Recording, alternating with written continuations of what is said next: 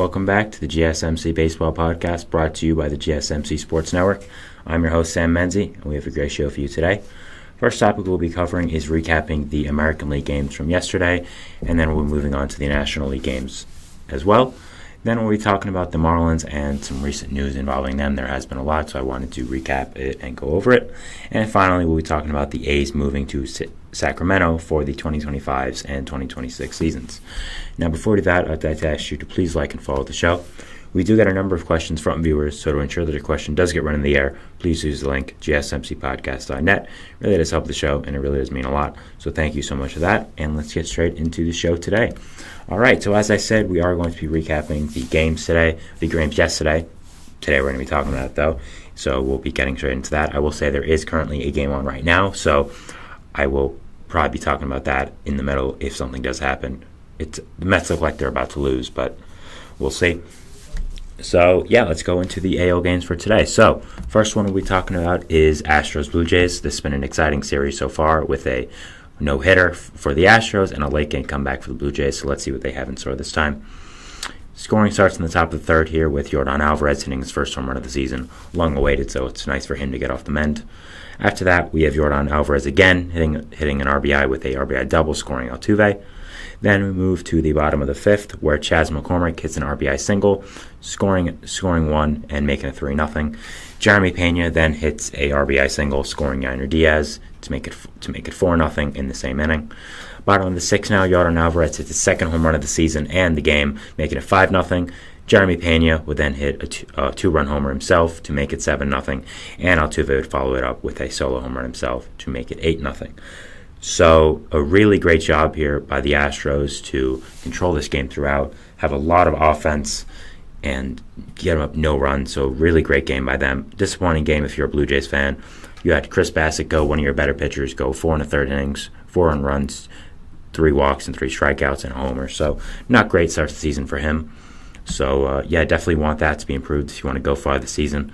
After that, we have Christian Javier for the Astros. He went 5 innings. He had only 1 hit the entire time. And the bullpen as well was great. Seth Martinez, Rafael Montella, Taylor Scott, and Dylan Coleman all going 1 inning, giving up no hits at all. So only 1 hit for the entire game for the Blue Jays. So a really strong game by both sides of the Mets team. And, yeah, great job over there. I will say the Mets now have the tying run up to bat with Pete Alonso there. So men on first and third. So if something does happen, again, I'll be letting you know right away. The next AL game we have is Royals-Orioles. First, in the top of the first, we have Salvador Perez open up the scoring early, hitting a RBI single to score Vinny Pasquantino, making it 1-0. Then we have Salvador Perez hitting another RBI single in the top of the third, making it 2-0. Michael Garcia then hits a solo home run in the top of the seventh to make it 3-0. So a great job by the Royals here to get out early, and obviously the Orioles haven't scored yet, but that would all change very quickly. Here in the bottom of the eighth, Gunnar Henderson would hit a sacrifice fly to score Colton Cowser to make it 3-1. Then Adley Rutschman would hit an RBI single to make it 3-2, so they're slowly coming back here. And in the bottom of the ninth is where it would all implode for the Royals, as James McCann, after a 5-hour rain delay in this game, hit a RBI single, scoring Cedric Mullins and Ryan Mountcastle, winning the game 4-3 for Baltimore. So a great job at Baltimore to fight back and win this game. I'd be really excited if I was an Orioles fan for this win, and overall I think it's just a great game by them. Looking at the pitching here, Corbin Burns went, of course, 5 2/3, giving up only 2 earned runs. 9 hits is a lot, but no walks and 3 strikeouts. So it was okay. Still a very good start for him. Only 2 earned runs in 5 2/3. I think anyone would take that any day. Going to the Royals here, they had Cole Reagans going. He was amazing, like always. 6 1/3 innings pitched, 1 hit, no earned runs, 2 walks and 7 strikeouts, 1.46 ERA on the season. So a great job by him to continue being an ace and continue being that guy that the Royals need at the top of the rotation. So a great win by the Orioles, though, and both teams are looking to get better as the season goes on. The Mets game just ended as Pete Alonso striked out, so the Mets now are 0-5 and one of 2 winless teams in the league. Just an awful loss by them. I really have no words at this point, so we'll probably talk about it in the NL segment, but just wanted to let you guys know about that. Next, we have for the AL games, Rangers-Rays. for this game here, we're going to go to the top of the sixth, where the scoring would finally open up with Corey Seager hitting his first home run of the season. So a slow start for him, but all worth it for that big home run for the first one. So great job by him to get off to a nice start. Top ninth now, we'd have to jump all the way there to get some more runs. Josh Smith would then hit an RBI single, scoring 2, make it 3-0. And Marcus Semien will also hit an RBI single, making it 4-0.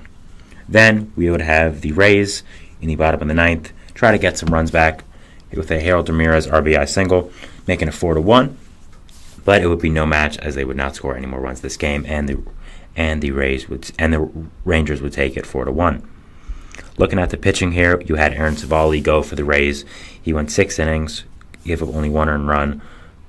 It was a really great start by him, just the bullpen kind of blew it after. So, yeah, really can't blame it all on him, but it was a really strong start, and that's what you want going into the future. Nathan Eovaldi was going against his former team for the Rangers. 7 innings pitched, no earned runs, 4 hits. Incredible start for him. Was an ace last year and needs to be an ace this year with the way their pitching staff looks. So if he continues playing like this, I don't think that'll be a problem. So the Rangers definitely need that to happen, and they definitely need their players to perform like this. So, yeah, I'd be excited if I was a Rangers fan. Next game we'll be talking about is Angels-Marlins. Going into the top first here, Taylor Ward hit an RBI single to make it 1-0 Angels early. Brennan Jury would then hit a RBI force out to score Mike Trout to make it 2-0 Angels top of the first early. So nice job by them to jump in front. Then the top of the third, Brennan Jury reached on a fielding error to make it 4-0 Angels. Then bottom of the third, Marlins trying to start to come back here.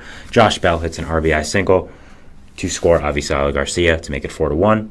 Jake Burger would then also hit an RBI single, making it 4-2. So Marlins look like they might be coming back here a little bit. Might be looking like they got some life here. But that would not be the case whatsoever.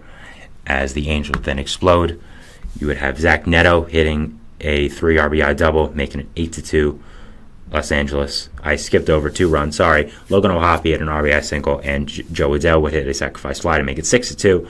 Then Zach Neto hit an RBI double to make it 8-2.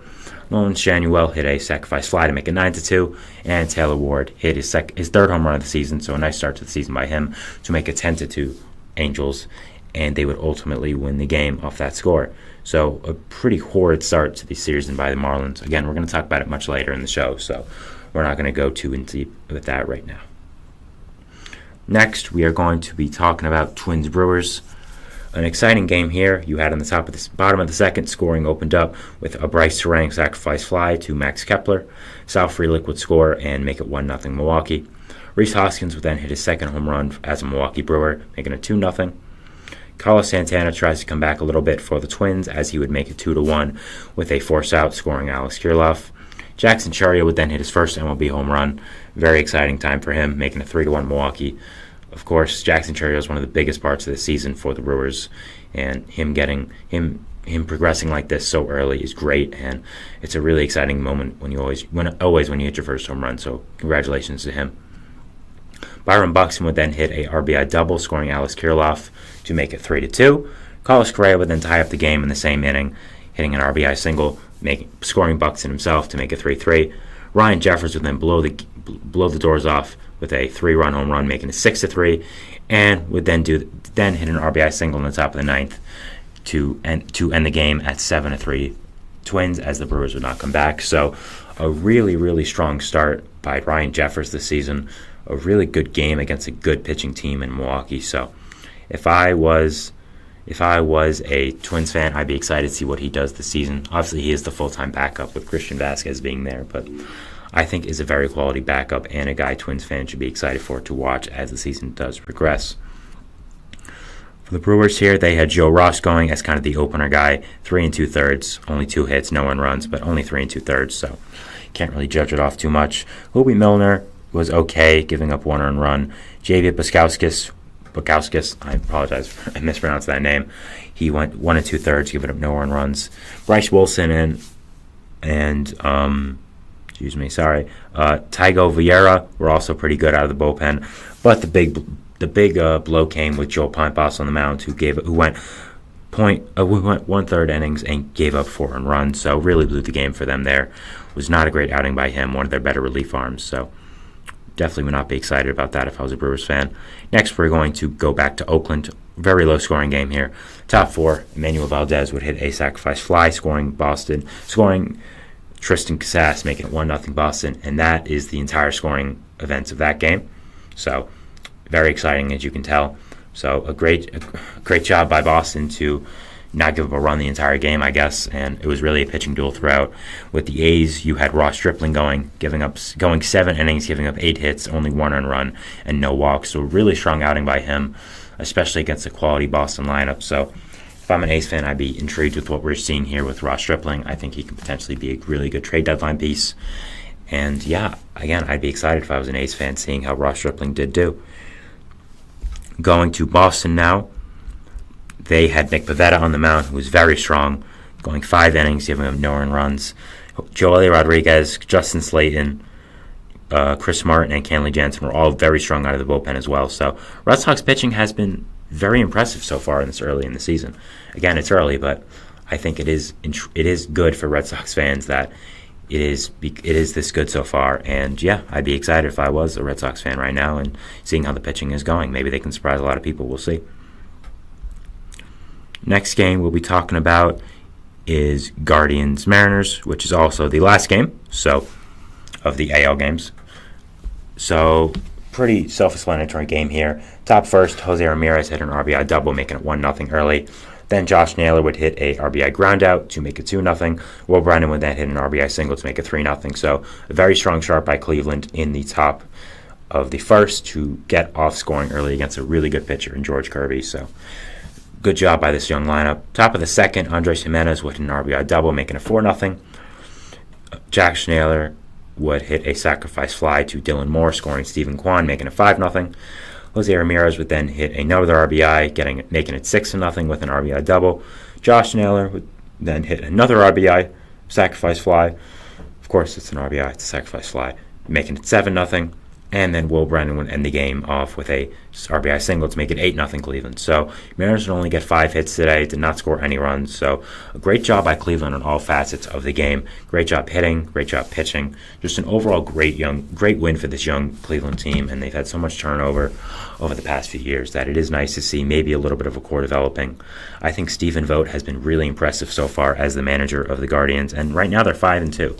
So I mean, not much else you can ask for if you are a Guardians fan, and again, I'd be very excited if I was one, and very excited to see what does happen with them.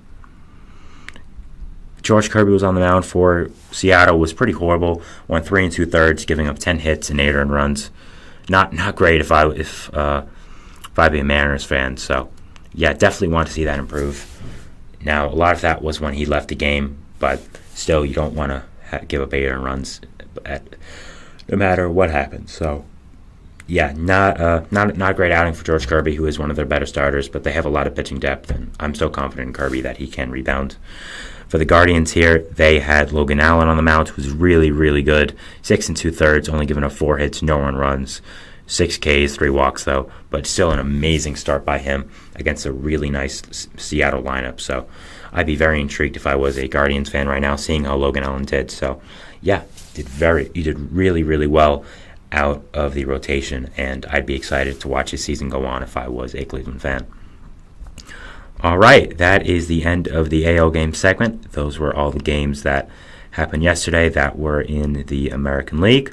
We'll be going to our second segment here, which is going to be talking about the NL games. Of course, we just talked about the AL, so we'll be talking about the NL now. So, yeah, going to a break, and we'll see you after that. Thanks, bye. I feel like I'm losing my mind. Is everybody in the world blind? Please, Lord, give me a sign, a sign. I feel like I'm losing my mind. Is everybody in the world blind? Please, Lord, give me a sign, a sign. wanna be the greatest. Everybody on the fake shit. I look around and feel like everybody is the fakest. I make this every day and I'm impatient, hoping one day I blow up from the basement. Statement, the top is so vacant. I don't hear shit that I think is amazing. Waiting for my day when I'm playing sold out shows for 1,000 faces. Hey, give me that crown, get in my way and to be put down. It ain't your place, all this my town. If I want that shit, then I'll get it right now. I'm losing it, the noose it fits, I'm losing shit. A stupid myth, you choose to live or choose to dip. You choose to fight or lose your grip and lose a gift. I feel like I'm losing my mind. Is everybody in the world blind? Please, Lord, give me a sign, a sign. I feel like I'm losing my mind. Is everybody in the world blind?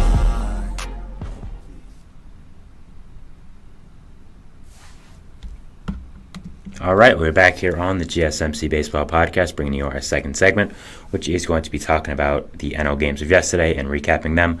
But before we do that, I would like to ask you again to please like and follow the show. We do get a number of questions from viewers, so to ensure that your question does get read on the air, please use the link gsmcpodcast.net. It really does help the show, and it really does mean a lot. So thank you so much for that, and let's get back into the show today.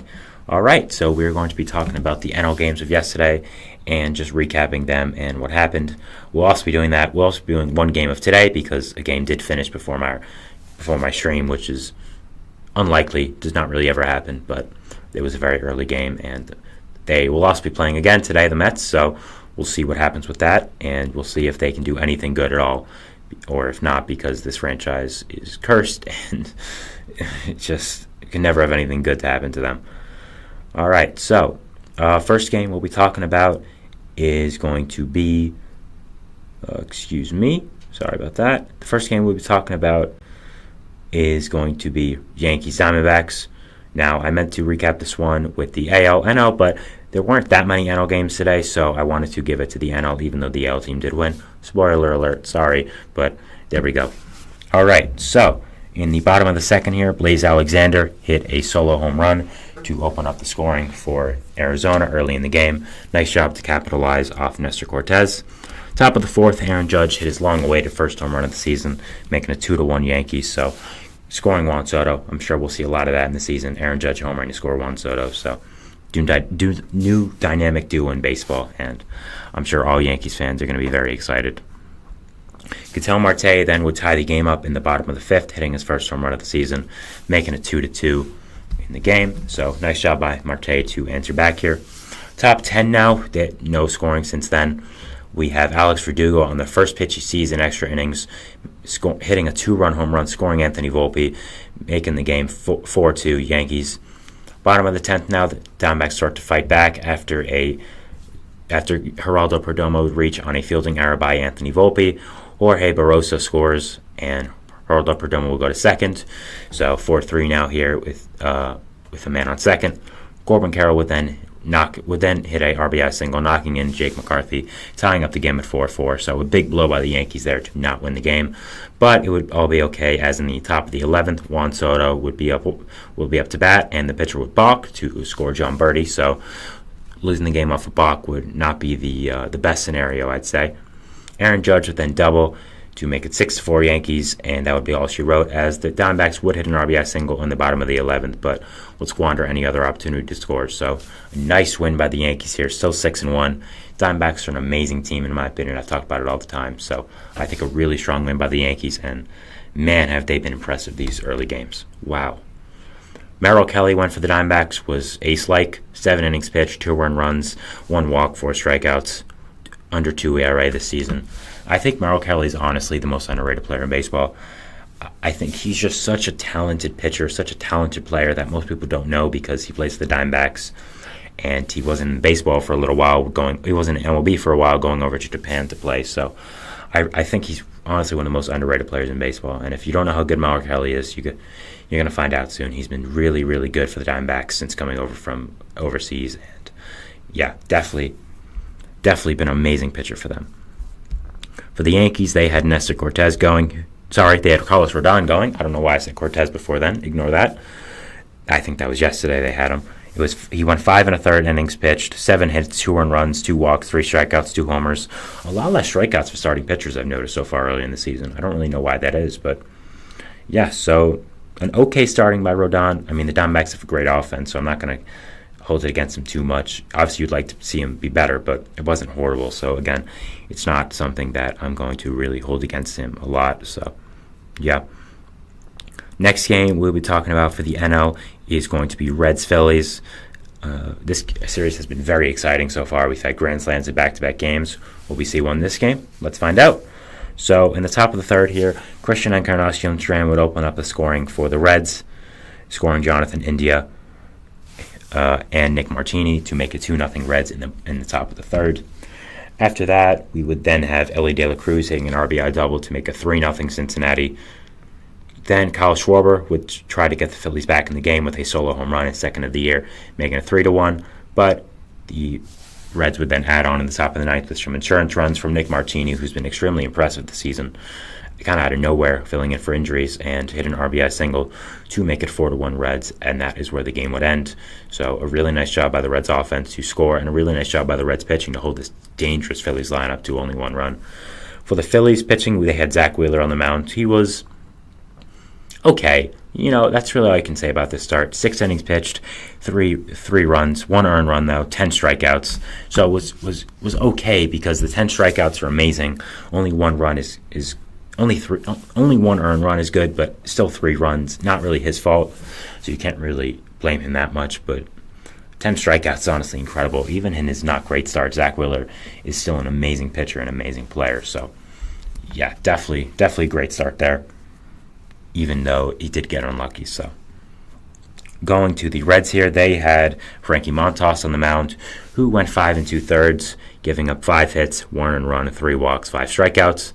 Has had an amazing start to the season so far with the Reds. I thought it was a really strong signing in the offseason. I talked about it a few times, and he's proven my thought process right now. I mean, he's been so effective with the Reds. If I was a Reds fan, I'd be so excited with what's happening right now with Montas, and he's been pitching really, really well. And if their pitching continues to pitch like this, I think they're going to be really dangerous come playoff time. Next game we'll be talking about is going to be Cardinals-Padres. A very exciting series as well so far. Going into, excuse me, let me get this here, sorry. All right, so first scoring we're going to be having here, we'll be moving into the bottom of the second. Fernando Tatis Jr. grounded into a force out, but the scoring is not loading for this, which is why I am having some technical difficulties, I will say. So yeah,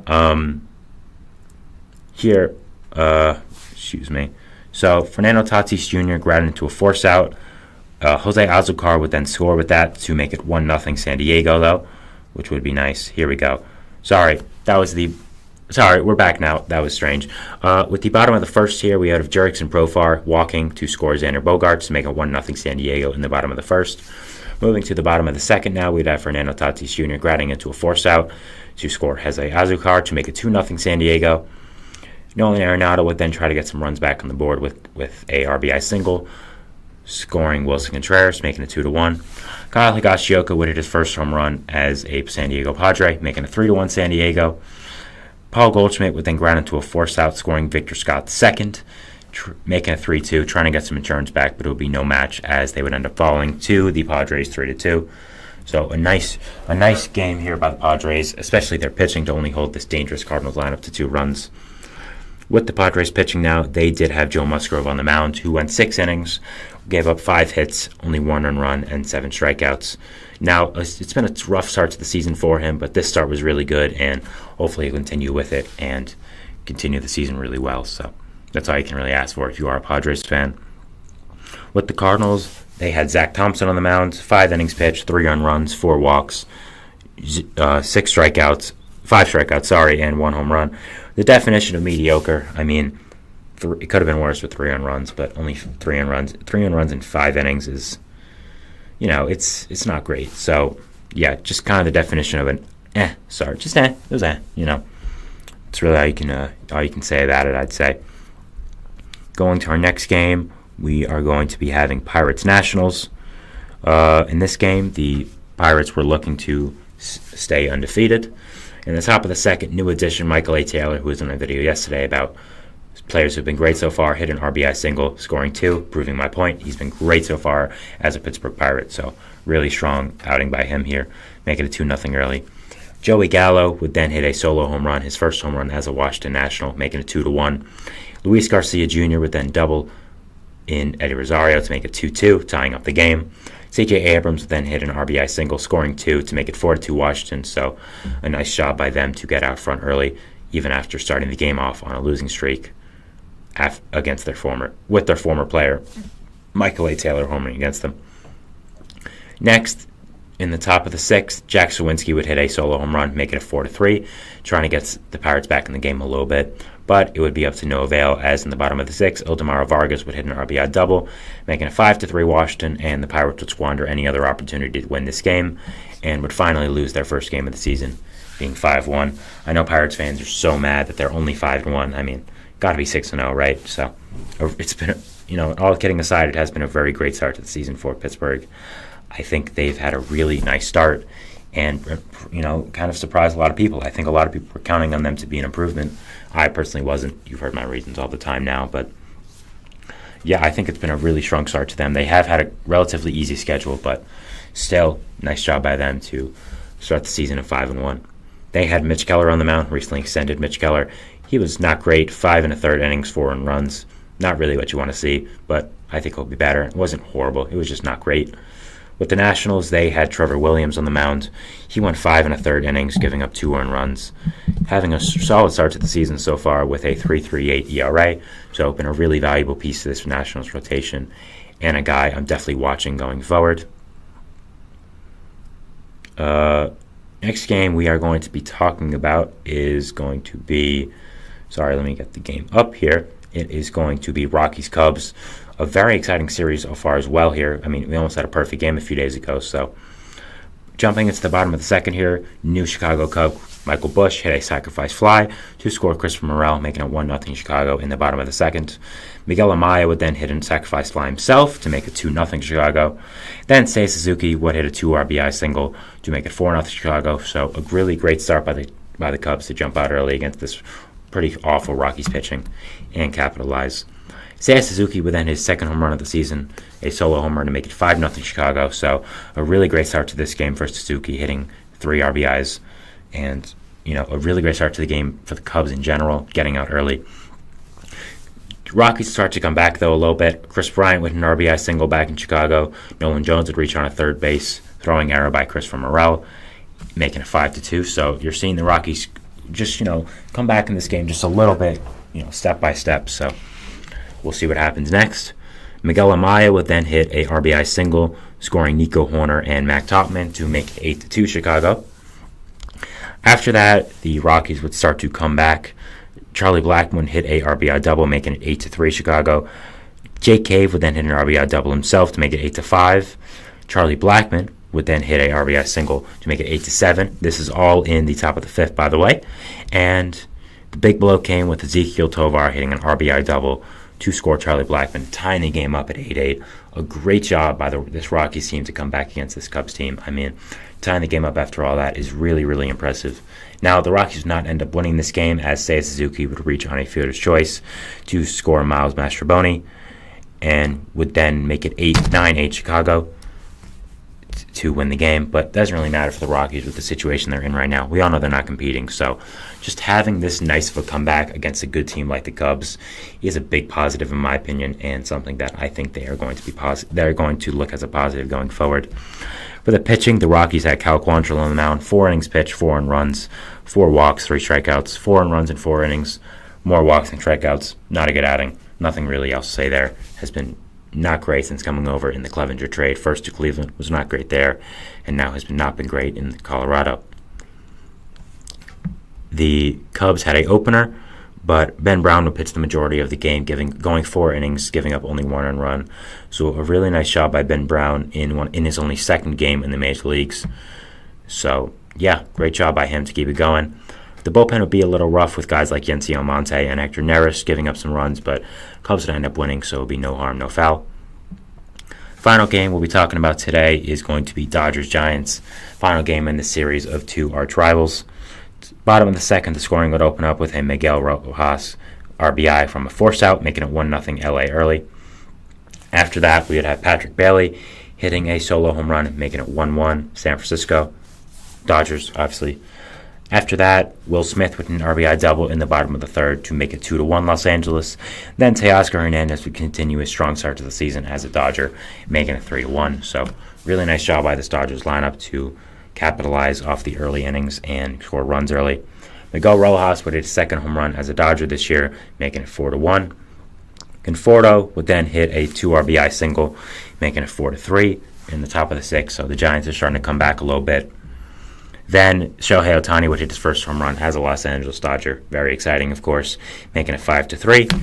And the Giants would attempt to come back a little with Jorge Soler's second home run as a Giant, but it would be to no avail as the Dodgers would then beat the Giants 5-4. So a nice job by the Dodgers to win this divisional matchup on a good Giants team that has done really well so far. The final game, of course, which happened today, was Tigers-Mets. This was just a disaster of a game. Bottom of the third here, Francisco Alvarez doubled to score in Lindor and Alonso to make it 2-0 New York. Then Brett Beatty, who's had a really, really strong start to the season so far, very surprisingly, made it 3-0 with a RBI single to score Pete Alonso. Top of the sixth, Andy Ibanez would hit a sacrifice fly to Marte to score Parker Meadows, make it a 3-1, so the Tigers get some runs on the board here. A wild pitch by Jake Diekman would then score Gio Urshela. And top of the eighth, the big blow would come with Riley Green tying the game up off Adam Ottavino, making it 3-3, and the Mets blowing another lead. Top of the 11th would be where everything just absolutely crumbled and fell apart. Colt Keith in an RBI double, scoring a run, making it 4-3, and Gio Urshela would hit a RBI single, scoring 2 to make it 6-3 Detroit, and capping off another disgusting, horrible, embarrassing loss by this Mets team. It just cannot happen. It's just been such a bad start to the season, and I really feel for Mets fans, myself, and other Mets fans as well. Just 0-5. I mean, wow, that's so bad. So that is the end of the second segment here. We'll be moving on to our third segment, which is going to be talking about the Miami Marlins and a lot of recent news that has been involving them. There's been a lot of stuff going on with them, so I did want to talk about it, and we'll talk about it after the break. So see you after that. Thanks, and bye. Looking for your daily fix of sports talk without having to pay for it? GSMC Sports Network is available on YouTube. Just search GSMC Sports Network. Get your fix of daily sports talk shows on YouTube, absolutely free. NFL, college football, NBA, MLB, MMA, UFC, fantasy football, and so much more. GSMC Sports Network has shows running all day long, with new sports shows starting every 2 hours. Just like on your favorite cable sports channel, except GSMC Sports Network is absolutely free. Just search GSMC Sports Network on YouTube to catch one of your new favorite shows, like the GSMC College Football Podcast, Chip Shot Football Podcast, Hoops and Heels Women's Sports Podcast, GSMC Basketball Podcast, and so many more. Check it out for yourself. GSMC Sports Network, now available on YouTube absolutely free. Search GSMC Sports Network on YouTube right now.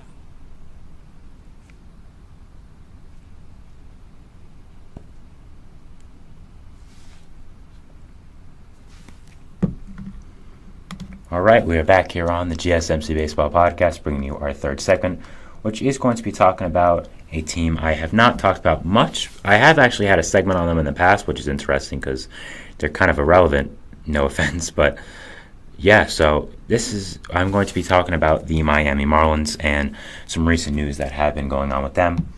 So yeah, let's get straight into it. So first topic I'll be talking about with them is their 0-7 start. Now, I think that it's pretty self-explanatory that an 0-7 start is pretty horrible. I don't really know if there's any silver lining to that. I think that the Marlins know an 0-7 start is horrible, and I personally expected the Marlins to be pretty awful, but I didn't expect them to be this awful, I will say. I did contemplate having them fifth in the division below the Nationals, but I was like, you know what? No. They have enough pure talent. There's no way they're going to finish below the Nationals, right? Well, if I did that, I would have looked like a genius, so it's unfortunate that I did not. But yeah, the Marlins have just looked absolutely so horrible starting this season. I mean, 0-7 is just insane. I mean, the Mets are 0-5, and that's horrible, but 0-7? Like, wow, that's just so bad. So bad. And the thing about the Marlins is most of these games haven't even been close.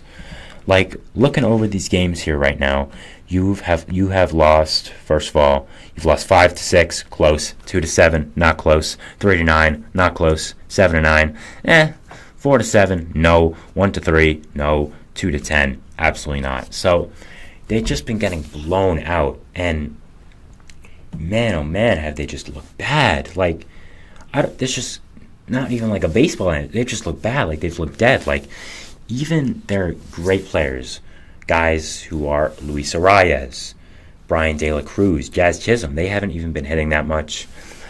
And they just have not looked like a Major League Baseball team so far. First of all, you had them complaining about the roof in the first game, which was not a great look. I mean, you start the season off horrible, and then the reason you say you did was because, the roof was open, and we usually don't deal with that. Well, no, don't do that, no. So it's just been an awful start for the Marlins, and I can't even explain 0-7, honestly. There's 7 games losing streaks, and then they're starting the season 0-7. Like, you don't get a win at all, I'm sorry. You're playing the Pirates and the Angels. Those teams are not good. The Angels are not good. The Pirates are not that good. It's insane how a team who made the playoffs last year can be 0-7. Now, this offseason, it seemed like they were rebuilding, though, so maybe they knew something we didn't. I mean, they let Jorge Soler walk for nothing. They shopped around some of their stars pretty eagerly, like Luis Arias and like Jesus Luzardo. But other than that, they signed one major league free agent, which was Tim Anderson, to a barely MLB deal worth like $5 million. So, I think they knew that they were going into more of a resetting period, rebuilding period at the start of the season. And that's why they didn't make any moves this entire offseason, really. So, the offseason was not good, and it's now showing in the regular season. So, it has not been great. The next thing I wanted to talk about is Yuri Perez and some really just awful news. He apparently is going to be undergoing Tommy John surgery, which is just awful, awful news, really. So Yuri Perez did get hurt at the start of the season in spring training and went to first to a doctor who said, okay, you're going to be out for a little while, but you don't need surgery. You'll be fine. So he was originally planning to sit out just a little bit. And it was only going to be a few weeks to a month around, I think. And that was, okay, it could have been worse, right? Now, you don't ever want your young starting pitcher to be out for that long, but at the same time, they're pitchers and they're going to get hurt. So you're like, okay, you know what? That's okay. If that's what's going to be his injury, I'm fine with that. And then he went to a elbow specialist, the guy Garrett Cole also went to after he reported some soreness, and that guy told him he needs Tommy John, which is just a crushing blow to this Marlins franchise and this team. Now, the Marlins have a lot of good young talent, I will say. Jesus Luzardo, Jake Berger, kind of on the older side, but more of an experienced player, so I'll say he's younger. Jazz Chisholm also is a great young player, of course. Noble Mayer, Max Mayer. They have Braxton Garrett, so they have a lot of good young players. But Jesus Luzardo, Yuri Perez, in my opinion, is in a league of his own. I think Yuri Perez is a future absolute superstar. I love his pitches. I love the way he carries himself on the mound. I think that he was going to be a top 10 pitcher by the end of this year, a guy who could have potentially been in Cy Young conversations. And the fact that he's going to need Tommy John is just so horrible. For a young pitcher like this at the start of your career, that really is not a great way to start. We've seen other pitchers have it at the start of their careers and come back no problem. But it's still a big blow, and he's going to be out probably till the middle part of 2025, if I had to guess. And you just lost Sandy Alcantara to Tommy John as well. So suddenly, a top 3 of Sandy Alcantara, Yuri Perez, and Jesus Luzardo that could have been is now down to Jesus Luzardo. That's it. And Luzardo might not even be there, as we'll talk about in the next segment. So, it's just awful news that Perez is going to be out with Tommy John. I think he was such an exciting pitcher, such an exciting player, was going to be is a young star in this league, and it is just so unfortunate that he is out. Now, what I will say is that Tommy John has kind of become just something that happens to pitchers nowadays. I think with all the stress pitchers have on their arm, the way how long they're throwing, how strong they're throwing, how violent they're throwing, it is just something that happens. Like someone said a few years ago, I don't remember who it was, but your arms are not meant to throw a pitch in a motion like that at that speed and that movement. It's just not built for that. So your arm is basically a ticking time bomb as soon as you get into the big leagues. And the time, you have to maximize that time before you do have to go into the knife, because it's going to happen eventually. At this point, Tommy John in baseball is just something that is going to happen, and that's it. I mean, there's really nothing else to say about that. It's something that is just going to happen. And the really just sad part about this here is the Marlins treated Yuri Perez with such care. I mean, they had him. He was dealing at the first part of last year, and they sent him down to work on his innings limit because they didn't want this to happen. They didn't want him to get injured. And the Marlins know a lot about pitching in that organization, as we've seen over the past few years with all the pitchers they developed. So it's just so sad, honestly, that this happened because the Marlins treated him so well, because he had such a bright future. It really is unfortunate. Now, I want to go away from the doom and gloom and say, look, it's not all bad. A lot of pitchers have come back better after Tommy John. I mean, nowadays, a new trend in baseball with younger players is just getting Tommy John even if you don't need it, which is a horrible idea, by the way. Do not do that. If someone mentions to you to do that, do not do that if you're a young player listening to this. That is a bad idea. Do not do that. But a lot of people have been doing it because Tommy John has been so effective with pitchers, honestly, that it's transformed a lot of them. It's made them pitch faster. It's made them not worry about injuries, because if you've already had Tommy John, it's the likely chance of you getting it again is very low. So it is just kind of like a thing. Like I said before, it is just kind of a thing that is going to happen, and a lot of pitchers have returned from it rather quickly and better as well. So we'll see if that happens with Perez, but it is just a really unfortunate situation that they handled him with such care, his arm with such care. He is such a great player, a great young player, and he is already going under the knife for Tommy John. It is super unfortunate and just not great. I think the big thing here is him missing these next 2 years. I don't know what's going to happen with the Marlins now. I think they're probably going to a full-fledged rebuild, but they have some nice young pieces, and I think once Yuri Perez comes back, he'll be a big part of that. Speaking of that, a report came out yesterday from Ken Rosenthal that during the spring training, the Padres were very much trying to trade for both Luis Arias and Jesus Luzardo, which would have been very, very interesting. Now, it's not really a total surprise. Arias has been shopped around by the Marlins this offseason, as we know of, even after the 1 year in Miami and it being amazing. Luzardo's been very shopped around. I mean, that's been very, very public that he has been. So Personally, I would expect that Luzardo and Arias both are not on the team at the start of next year. I do think both are either going to be traded at the deadline or in the offseason, simply because they are coming up on free agency soon. They're both great players who I don't know if the Marlins can afford, and the Marlins are pretty clearly going into a rebuild right now. And because of that, these guys just aren't really big parts. I would keep Luzardo, but I understand whether or not. I mean, Luis Arias has 2.5 years of control left if he were to be traded at the deadline, so he should get a lot if he were to be traded. So that could be something, but we've heard him in rumors with teams like the Yankees, teams like the Blue Jays as well, so he could get a guy who's as good of a hitter as he is. And Luzardo as well. I think he's definitely gone soon. I mean, he's 2 years away from free agency. He's been an amazing pitcher since coming over to Miami.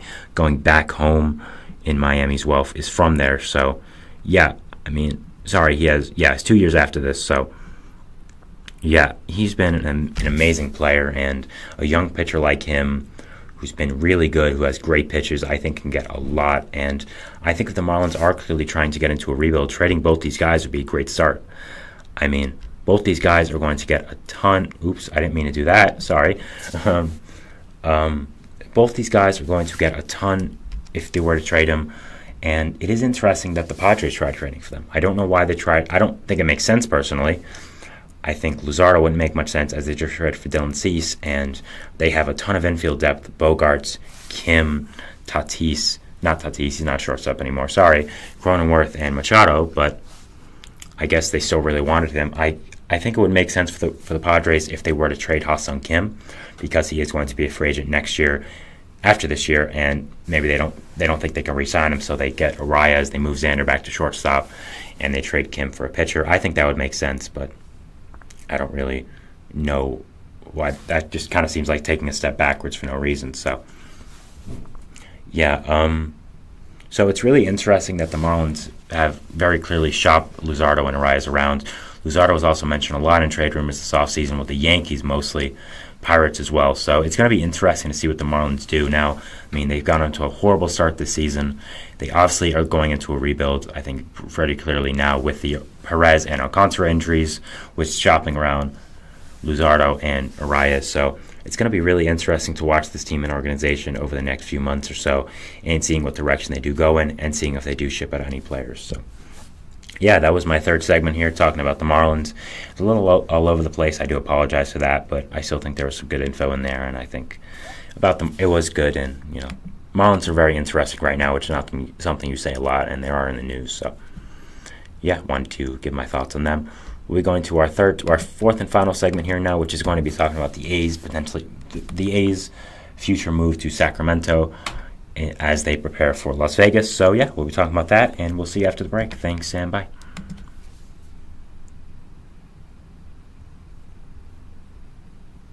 For the best and latest podcasts available anywhere, go to the podcast app on your cell phone and type in GSMC to access free content-rich podcasts on health and wellness, book reviews, sports, entertainment, relationships, social media, movies, technology, finance, and even weird news. Subscribe and download the GSMC Podcast Network's family of shows, available everywhere podcasts are found.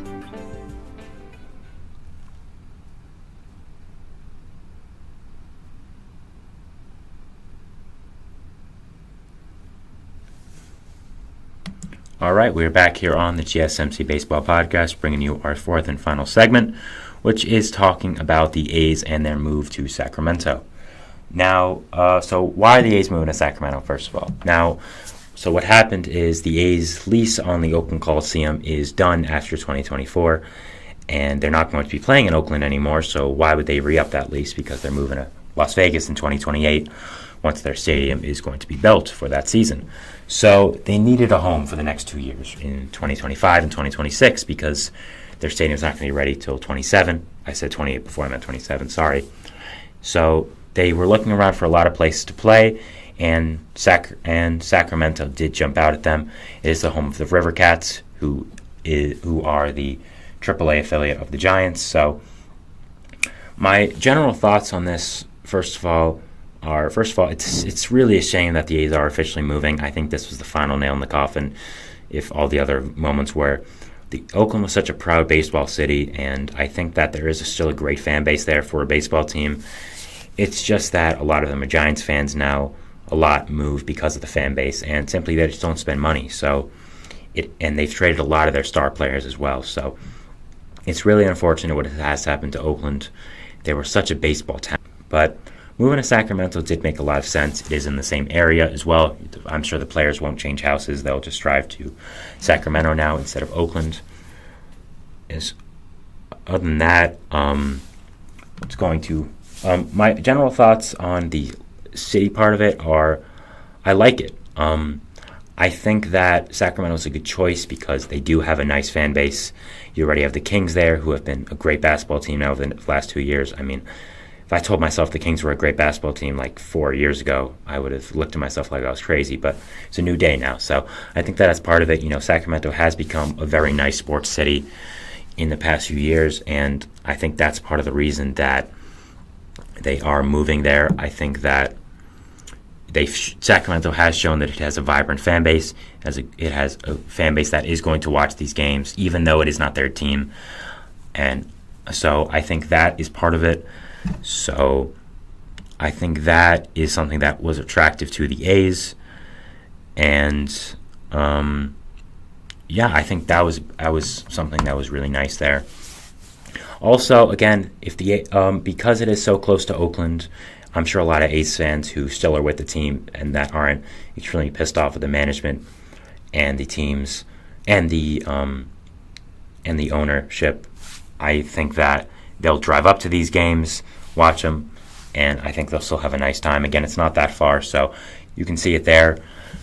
So I think that's also a positive here, the fact that you are moving not that far, you're moving to a nice city, and it is for 2 years until you move to Vegas, which of course will be the long-term hope for the A's and their fan base. But yeah, overall, I think it's a nice move for the A's. I think it's a nice city that they're going to be playing in, and I think Sacramento was a great decision for them.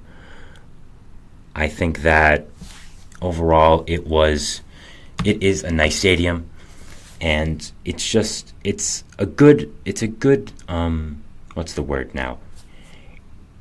It's a good move for now. Like, it's not permanent. It's a good move for now. So I think if there's really no better place to play this team in 2025 and 2026 than Sacramento, I think it just makes all the sense in the world. Now, it is interesting that during the press conference of announcing they would play at Sacramento, the A's owner said that he was very much looking forward to watching MLB stars hitting home runs here, including Aaron Judge. I don't know why you would want an opposing player to hit a home run in your ballpark, but that's John Fisher for you, ladies and gentlemen. That's the A's owner. Strange guy. Yes, Aaron Judge was drafted by the A's. Bet a lot of you didn't know that. He was drafted by the A's, didn't sign, and then he got drafted in the first round by the Yankees. But he does not play for the A's, and I don't know why you'd want him hitting home runs in your ballpark. You don't want opposing players hitting home runs in your ballpark. I think that's pretty clear. So, yeah, not the best look for him right now. And just honestly, what's happened to the A's in the past years has just been so sad to watch. I mean, they used to be a proud baseball town, a proud baseball city, and ownership has just stripped that away from them. The fan base has shown they will show up when they want to, when they are felt like they are appreciated. I mean, we had that reverse boycott where the stadium was basically sold out, and the A's won that game and were fired up. So, I mean, they obviously have a real fan base. They have a lot of people who want to come out to these games. And it is a shame that John Fisher and the A's ownership and management have kind of stripped that all away from them. They've made it such a negative, and the fan base does not feel appreciated anymore. I mean, they don't spend any money. They don't put assets into the team. The ballpark sucks. So, yeah, it's honestly been super unfortunate that they have not wanted to stay in Oakland. And Oakland sports fans have it rough, man. I mean, all your teams moving to Las Vegas is just awful. Not even Vegas as well. I mean, you had the Warriors moving to San Francisco as well. So just being an Oakland sports fan right now is really a big negative, and is honestly it's really sad. It really is. And if I was a A's fan, I would be sad at this revelation and sad that no, my team is gone. I mean, if the Mets just moved tomorrow to a different place, I would be heartbroken. It'd be my life stripped away from me, basically. So it really is just such a sad thing that the A's are moving, and that there was no way to solve this, and that the ownership really did not want to keep them in Oakland. It was unfortunate, and it is sad that they are moving now to Sacramento, putting officially the nail in the coffin for this team, and then moving to Las Vegas. So yeah, not fun. But I think Sacramento was a good baseball town. It has a lot of positives, and if you are going to move somewhere, I think this is the right choice for the A's and their fan base. So, yeah. All right, a little shorter of a segment 4 here, but I wanted to get my thoughts on this in a full way. It was kind of scattered again because it is a sad thing. It is sad when a team does move, especially a fan base like the A's who have been so supportive over the years. I mean, Trevor May and many other A's players, I mentioned Trevor May because he was the most recent one to talk about it, talked about how awful the owner has been in treating players and just dealing with everyone. So, yeah, it really is unfortunate that the A's have been dealing with this, and their players have been as well as the organization. So, all right, that was my 4th and final segment of the show. Again, a shorter one, but I wanted to get my thoughts out on the A's and their situation. So, I want to thank you guys for watching.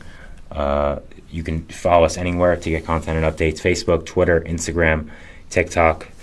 Thank you so much again for watching. It is appreciated. Make sure to subscribe, hit the notification bell. Not only get updates when I post, but when all the other great content creators on this channel do as well. So thank you so much for that, and have a wonderful day. We'll see you at Baseball throughout us tomorrow. Bye, guys.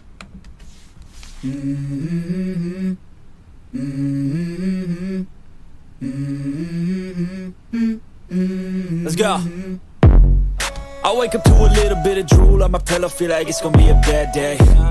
Yeah, I'm tired of shit, and the coffee ain't hit yet, damn ain't that great.